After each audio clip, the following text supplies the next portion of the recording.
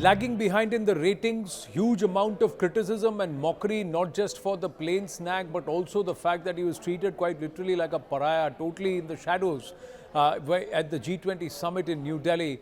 Justin Trudeau now has gone for the jugular. He and his government have not just openly blamed India without proof, they have also sent back a senior diplomat from the Indian High Commission. India has also responded in equal measure by sending back or expelling a senior diplomat while saying that we've been waiting for this for a long time, and this person has been involved in highly incriminating activities which is supporting secessionist groups in Canada which are acting against Indian interests. Now, this diplomat has been given just 5 days to leave the country. So not just an eye for an eye, but also India now saying that we are going to drop all diplomatic niceties. Somewhere, Justin Trudeau, in trying to perhaps resurrect his flagging political career and fortunes while seeking a re-election, has somewhere permanently damaged equations with Bharat and done so in a way that Bharat can now perhaps crack down on these elements. Now, who is this being done for? Let's try and understand that. Who is this person who Justin Trudeau is trying to call up as an upright Canadian citizen? Nijjar, he's a top Khalistan commando of the Tiger Force, Khalistan Tiger Force Commando, and he was key for the Khalistan initiatives that were all emanating from Canada. Now, this is what we have gleaned here. This is his background and intel sources telling CNN News 18. Our group editor security, Manoj Gupta, getting us these details, and I'm sharing this with our viewers. Now, several cases that have been already listed against Nijjar in various terror activities, and also his extradition has been sought many times recently and also in the past with the Canadian authorities. There is a lookout circular that was issued against him in 2015 and a red corner notice issued against him in 2016. Have these lookout notices and red corner notices, have they been honored by Canada? Have they responded when they stand on platforms and condemn terrorism or aggression of any kind and challenging the sovereignty of another nation?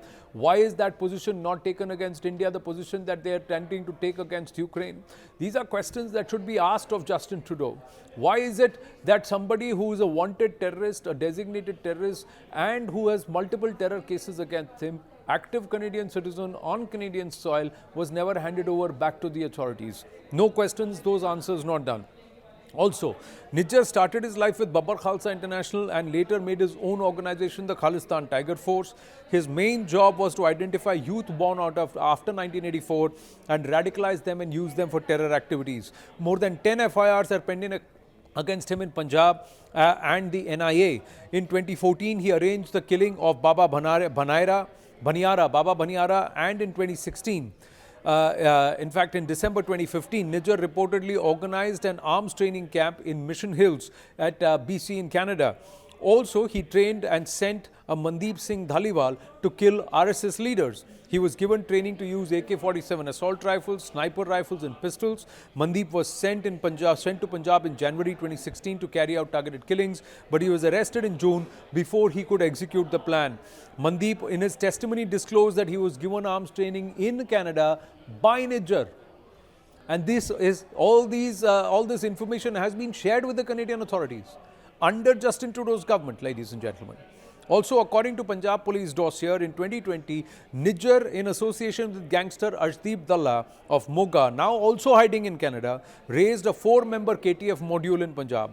In 2021, with the help of Hardeep Dalla, they killed Manohar Lal.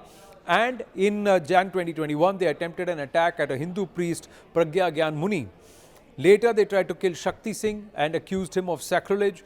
He is accused of sending tiffin bombs with the help of Arjadallah for nationwide attacks which were recovered by various state police time to time. According to intelligence agencies, he is closely working with Panun and also Panun of the Sikhs for Justice, and also providing him support in carrying out terror activities. Main cases against him are waging war against the country and reviving terrorism. He was declared a terrorist in 2020. The NIA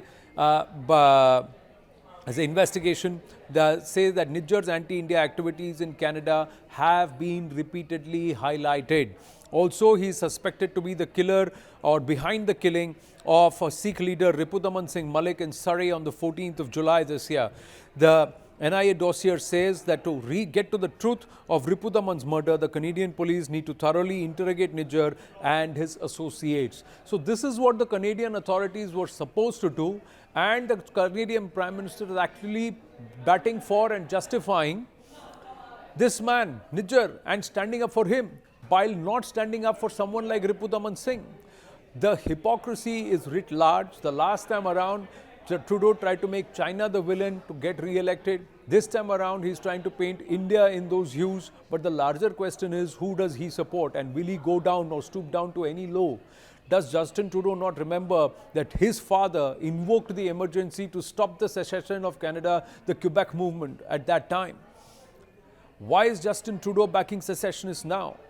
And are these political compulsions and vote bank appeasements so compelling and so important that Justin Trudeau can compromise the equations between two strong democracies? These questions remain, ladies and gentlemen.